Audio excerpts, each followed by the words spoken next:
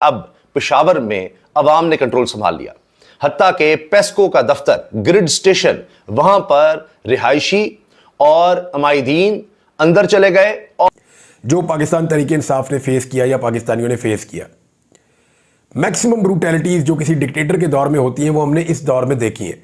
खासतौर पर खैबर पख्तूनख्वा से बहुत सारी वीडियोस, तस्वीरें और खबरें आ रही हैं कि खैबर पख्तूनख्वा की अवाम ने वहां के ग्रिड स्टेशन के ऊपर कब्जा कर लिया है और ग्रिड स्टेशन के अंदर जाकर अवाम ने खुद अपनी बिजली बहाल कर दी है। वफाक और खैबर पख्तूनख्वा हुकूमतों के दरमियान सर्द मोहरी की बर्फ पिघलने लगी है। वज़ीर आला अली अमीन गंडापुर की वज़ीर दाखिला मोहसिन नकवी और वज़ीर तवानाई अवैस लगारी से मुलाकात।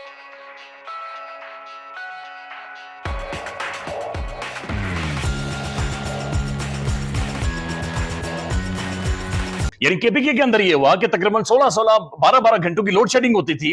अली अमीन गंडापुर ने पहले भी यह बताया कि मेरे लोग मुझसे मुतालबा कर रहे हैं कि बिजली छोड़ी जाए, हमारी लोड शेडिंग खत्म की जाए, लेकिन उसके बावजूद नहीं खत्म हुए। और अभी जो वीडियोस आ रही हैं, मुख्तलिफ वीडियो सर्कुलेट कर रही हैं सोशल मीडिया पर कि लोगों ने खुद जाकर ग्रिड स्टेशन पर कब्जा करके वहां की तमाम तर फीडर्स ऑन कर दिए हैं और बिजली पूरे केपीके की लोगों ने खुद बहाल कर दी है।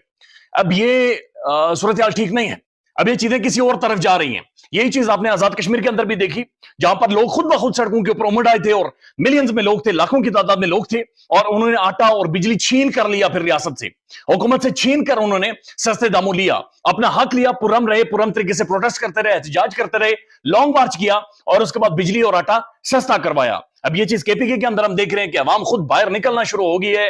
अब ग्रिड स्टेशन के ऊपर जिस तरह से उन्होंने कंट्रोल हासिल किया और उसके बाद बिजली बहाल कर दी है, दिस अगेन शोज के चीजें उस तरफ जा रही है कि जहां पर अवाम खुद सारी चीजें अपने कंट्रोल में लेना शुरू हो गई है और अवाम खुद फैसले कर रही है। जब अवाम फैसले करना शुरू कर दे तो फिर हुक्मरान या जो फिर कंट्रोल होता है, फिर वो कंट्रोल उस तरह से नहीं रह सकता। अब नजम सेठी साहब जो बातचीत कर रहे हैं और जो गुफ्तगू कर रहे हैं वो और ज्यादा खौफनाक है। यानी सेठी साहब का ये कहना है कि किसी भी वक्त पाकिस्तान में इमरजेंसी या मार्शल लॉ की तरफ जाया जा सकता है, चूंकि हालात मुकम्मल तौर पर आउट ऑफ कंट्रोल हो गए हैं और चीजें हाथों से निकल गई हैं। लेकिन साथ साथ एक तस्वीर है जिसने इस वक्त सोशल मीडिया का खून गरमाया हुआ है। पाकिस्तान में कोई बंदा ऐसा नहीं है जिसने नफरत की निगाह से इस तस्वीर को न देखा हो। यह तस्वीर गौर से देखें, यह तस्वीर डी चौक इस्लामाबाद की है। यह किसी मुजाफाती इलाके की नहीं है, यह किसी दूर दराज इलाके, किसी जंगल की नहीं है।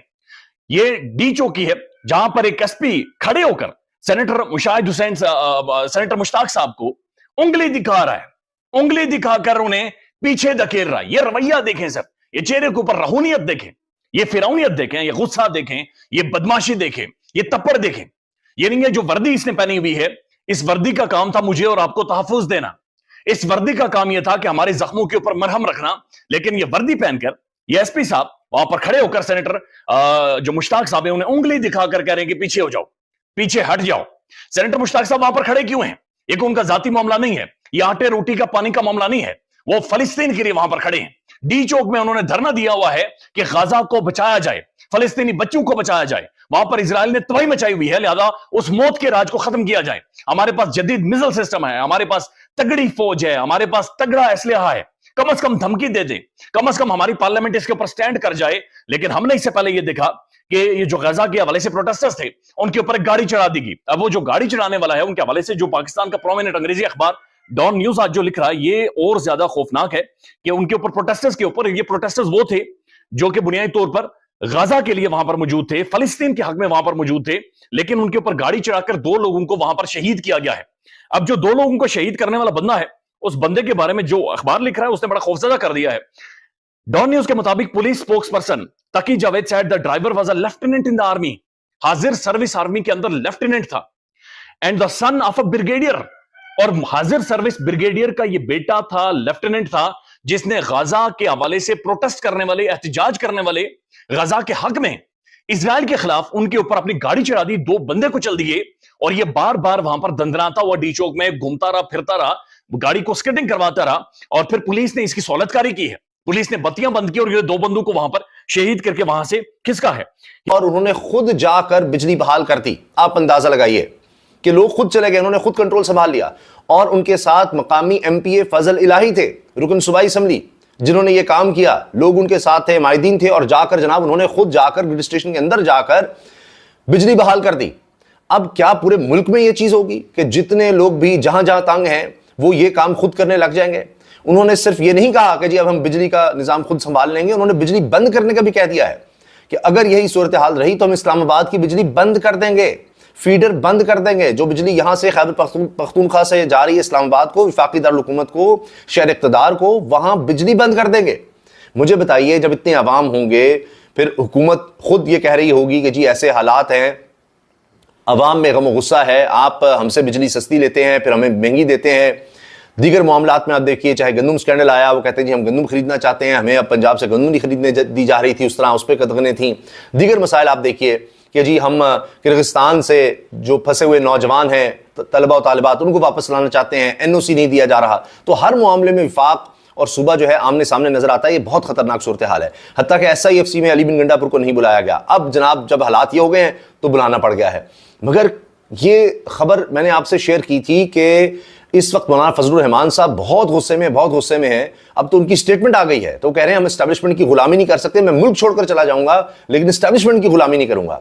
इमरान खान में फर्क है, वो कहते हैं जो मर्जी हो जाए मैं मुल्क में रहूंगा, यही जद्दोजहद करूंगा। अब इस पर राना सनाउल्लाह भी उनके मुतरिफ हो गए हैं कि जी इमरान खान जिस तरह डट गया है हमने तो सोचा नहीं था। वो कहते हैं कि जी ठीक है, उसका अंदाज गलत हो सकता है लेकिन मुजाहमत में उसने कमाल कर दिया है। वो तो परवेज़ इलाही की तारीफें राना सनाउल्लाह ने शुरू कर दिया कि हम नहीं सोच सकते थे ऐसे होगा, हम तो चाहते हैं मुज़ाकरात के लिए, मियां नवाज शरीफ अगर दावत देंगे आगे से गालियां देगा, हम क्या करें। और ये तक कहा है कि जी इनके एक बंदे ने ऑफ द रिकॉर्ड मुझे कहा कि जी ठीक है हम तो मुज़ाकरात कर रहे हैं लेकिन वहां से इजाजत नहीं मिलेगी। तो राना सनाउल्लाह कहते हैं जी मैंने कहा जी इजाजत लेना मेरा काम है, आप सिर्फ हामी भरें। पहले ही वो कह रहे हैं कि जनाब जिस तरह कहते हैं, जिस तरह के कहते हैं हम आपको पैगाम देते हैं, जिस तरह के मुज़ाकरात चाहते हैं हम करने को तैयार हैं। लेकिन अब कहीं देर तो नहीं हो गई, क्योंकि अब लोगों ने अपने हाथ में मामला ले लिए हैं और अभी तो मार्शल लॉ की बातें शुरू हो गई। आप अंदाजा लगाइए, मार्शल लॉ की बातें शुरू हो गई हैं। उसकी वजह यह है कि जिस तरह से जजेस वाला मामला हुकूमत से कंट्रोल नहीं हो रहा, हुकूमत ने पैगामात भेजे, हसनात मलिक साहब ने खबर दी है कि हुकूमत ने पैगामात भेजे लेकिन जजेस जो हैं वो पीछे हटने को तैयार नहीं। जितना हो रहा है इसके आगे तो बिल्कुल ही अंधेरा है ना, रोशनी बिल्कुल खत्म हो जाएगी। तो जो कुछ भी इमरजेंसी में या मार्शल लॉ में किया जाता है वही चीजें अभी हो रही हैं। अभी भी एक शायर गायब है, 11वां दिन हो गया, अभी तक नहीं मिला वो। तो आप इस बात पे आ जाए कि इमरजेंसी लगती कैसे। आइन के आर्टिकल 232 से लेकर 235 तक ये इमरजेंसी से मुताल्लिक है। 3 कंडीशंस ऐसी हैं जिसमें सदर पाकिस्तान इमरजेंसी को अनाउंस कर सकते हैं। देखिए, इमरजेंसी जो अनाउंस होती है ना या वो लगाई जाती है, वो सदर पाकिस्तान की जानिब से इम्पोज की जाती है, उनकी जानिब से लगाई जाती है। अब सदर पाकिस्तान कौन है? आसिफ अली जरदारी। ताल्लुक है उनका पाकिस्तान पीपल्स पार्टी से। अच्छा, आसिफ अली जरदारी ये रिस्क ले सकते हैं। बहुत सारे लोग कहते हैं कि पीपल्स पार्टी क्योंकि एक डेमोक्रेटिक पार्टी है, पीपल्स पार्टी एक ऐसी पार्टी है, जमहूरी सियासी जमात है, वो अपना रिकॉर्ड ख़राब नहीं करेगी। तो मैं आपको बता दूं कि पंजाब में जो माजी में वाहिद गवर्नर रूल अब लगा, माजी करीब में नवाज शरीफ साहब की पंजाब में हुकूमत थी, शहबाज शरीफ वज़ीर आला पंजाब थे, और वफाक में आसिफ अली जरदारी की हुकूमत थी और वो सदर पाकिस्तान थे। तो उस वक्त उन्होंने पंजाब में इमरजेंसी लगाई थी। मैं आपको फिर बता रहा हूँ कि उस वक्त उन्होंने पंजाब में इमरजेंसी लगाई थी। तो जरदारी साहब से आप तवक्को कर सकते हैं कि वो इमरजेंसी लगा सकते हैं, किसी सूबे में भी लगा सकते हैं। गवर्नर रूल उन्होंने अप्लाई किया था ना उस वक्त, सूबे में लगा सकते हैं, वफाक में लगा सकते हैं, हर जगह लगा सकते हैं। तो जरदारी साहब ऐसा कर सकते हैं, उनसे कोई बईद नहीं है। 3 कंडीशंस हैं जिनमें इमरजेंसी लगती है आइन के मुताबिक। एक तो जंग हो जाए पाकिस्तान की, खुदा न खास्ता जंग की सूरत हाल तो इमरजेंसी नाफिज हो जाती है। अंदरूनी खलफशार हो गया मुल्क में, अंदर एक बहुत बड़ी जंग लग गई है, तो वो इमरजेंसी नाफिज हो सकती है। वो अगर 9 मई को नाफिज नहीं हुई तो अब तो बिल्कुल ही गुंजाइश नहीं है, अब तो हालात वैसे बिल्कुल नहीं है। या इससे पहले जब दहशतगर्दी बहुत ज़्यादा थी पाकिस्तान में, तब भी इमरजेंसी का नफाज नहीं हुआ, तो अब इमरजेंसी का नफाज क्यों होगा लॉ एंड ऑर्डर के मामले पे, ये एक बड़ा सवाल है। जब रोज़ाना खुद कुछ धमाके होते थे उस वक्त भी इमरजेंसी लॉ एंड ऑर्डर की सिचुएशन की वजह से या अंदरूनी खलफशार की वजह से नहीं लगाई गई।